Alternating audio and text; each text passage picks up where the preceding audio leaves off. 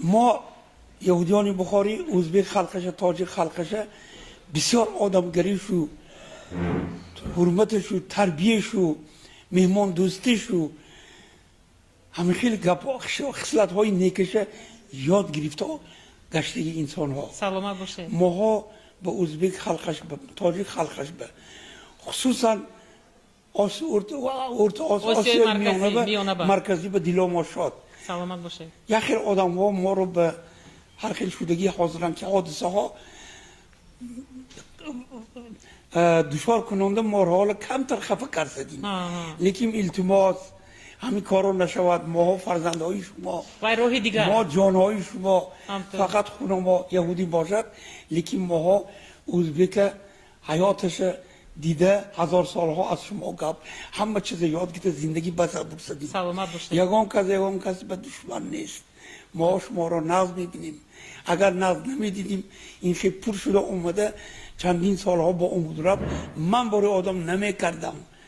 حاضرم من حرمت کرده بعدی چندین سالها در من پروفسور دادگی گپ چکتی گپه کمتر انسان ها هستن نغزش هم گز ملت گندش هم هست نمیفهمن ماهای بد میکنن نه دما باوری کنن ازبک خلقش تاجیک خلق یهودی ما یهودی بخاری باوری کنن هزارها ازبک بخاریش هزارها تاجیک ها به دولت اسرائیل رفته کار کرده تینج از همونا پرسن یگان کس از بخاری خفه نیست.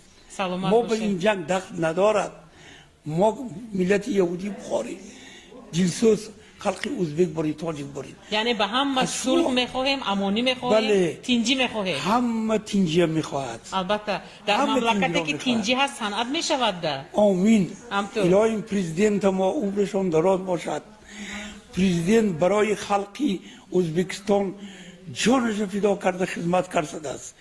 با قطاری کلان ها کمتر ملاقاتش خفه شودم گفته خلقی مهمان دوست ازبک و تاجیکی که به شهر آسیای میانه زندگانی میکنن به ازبکستان زندگانی میکنن همه کارهای کردین که همینها زندگانی هاشون نقش شود و از بازی نیست.